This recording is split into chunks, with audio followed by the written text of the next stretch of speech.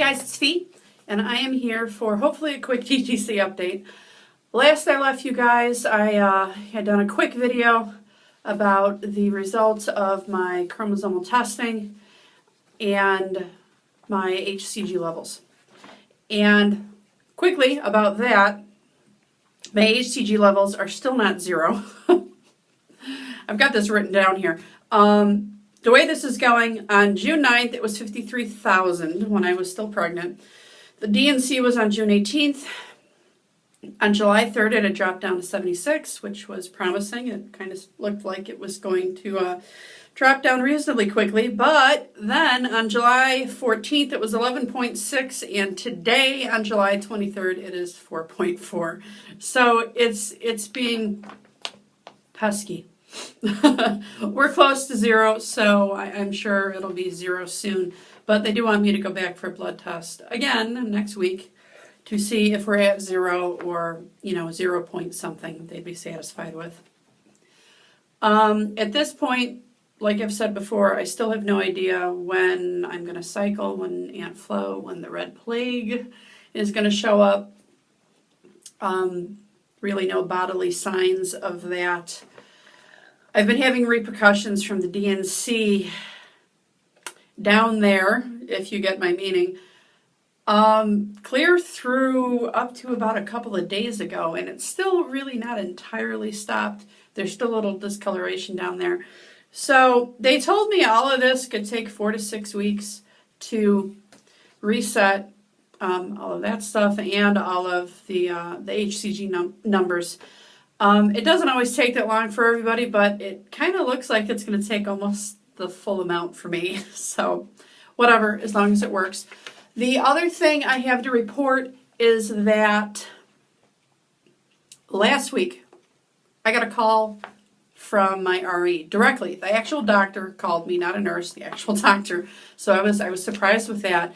And I'll back up for a minute.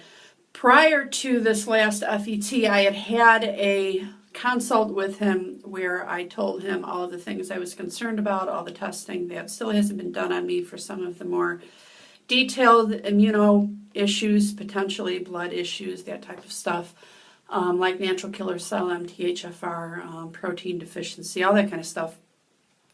And he wanted to go into this FET with just a couple of precautions, like baby aspirin, and I was on Lovenox for a short amount of time, but not very long. Not really even a full cycle, so I don't know if that even counts. Anyhow, he called me of his own accord and said, I want you to go to my counterpart or the other doctor in his group that specializes in reproductive immunology and recurrent loss, or at least the testing that has to go along with that. I previously found out that this particular doctor that he's talking about is also a specialist in natural killer cells, so that's good to know that they are informed and they are on that bandwagon, because a lot of doctors aren't. But that call made me really, really happy because I thought, like many other people, I was going to have to fight for those tests and say that I want them regardless of whether they believe in them or not.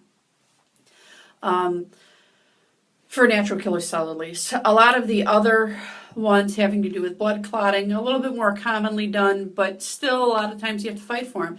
So I was really happy to hear him say, hey, I want you to go and see this specialist and get these tests done before we go into the next FET, and here's your number and call her now, essentially is what I was told.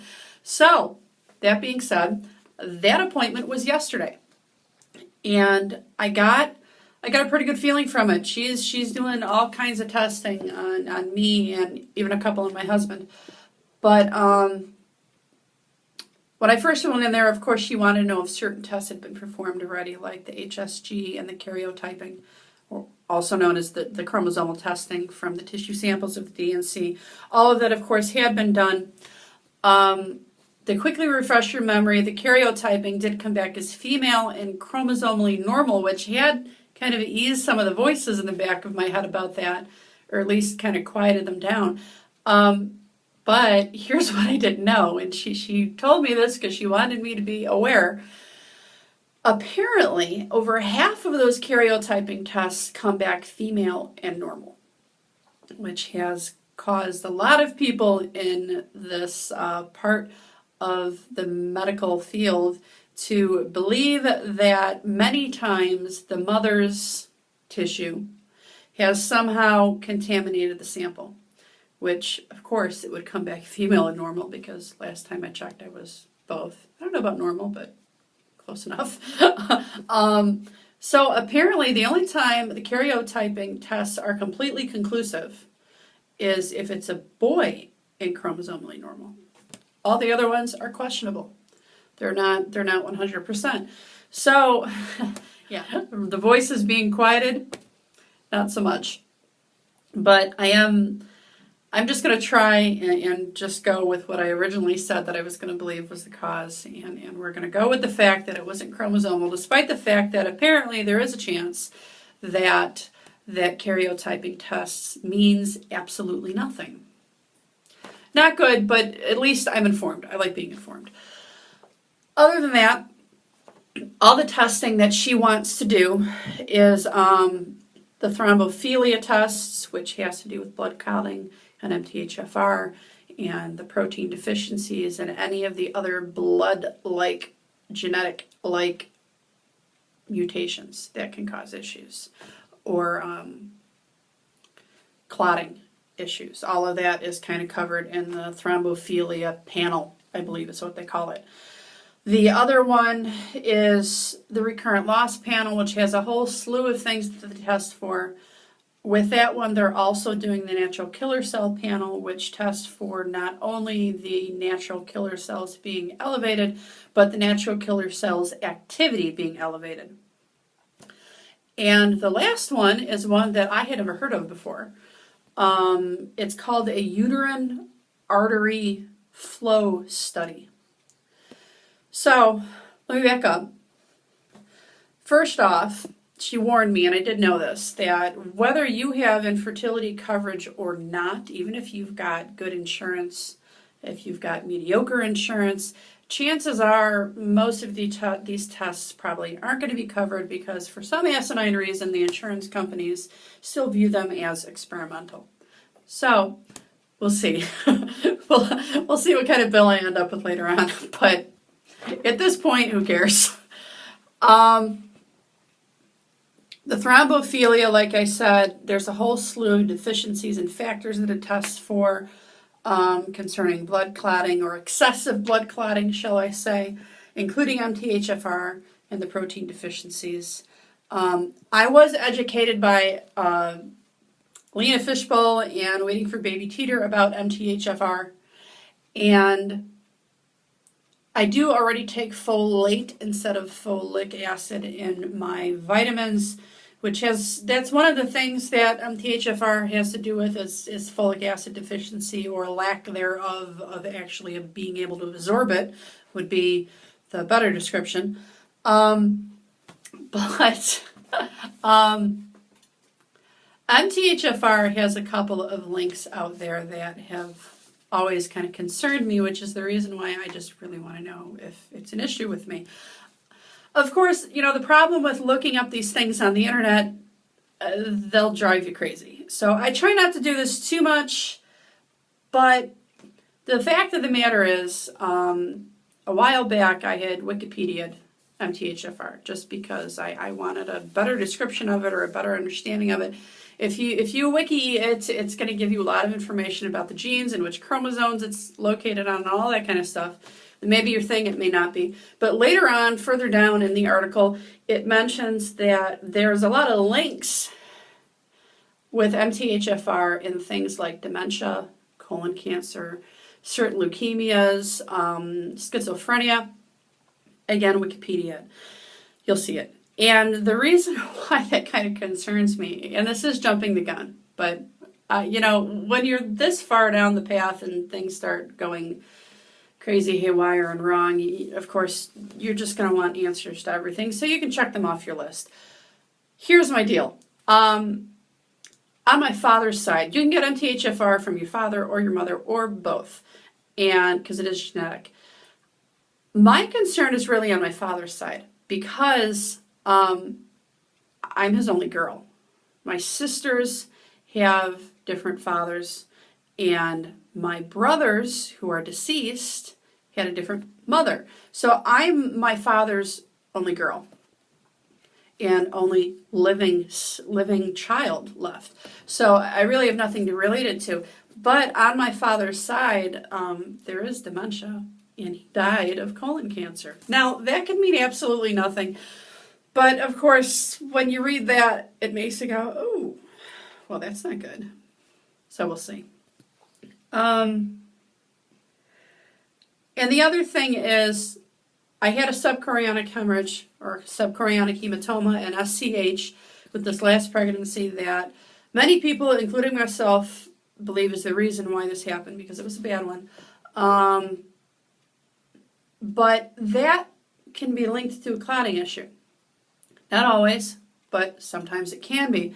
So that kind of goes in with the blood tests, so to speak, that are making me wonder how those are going to come back. The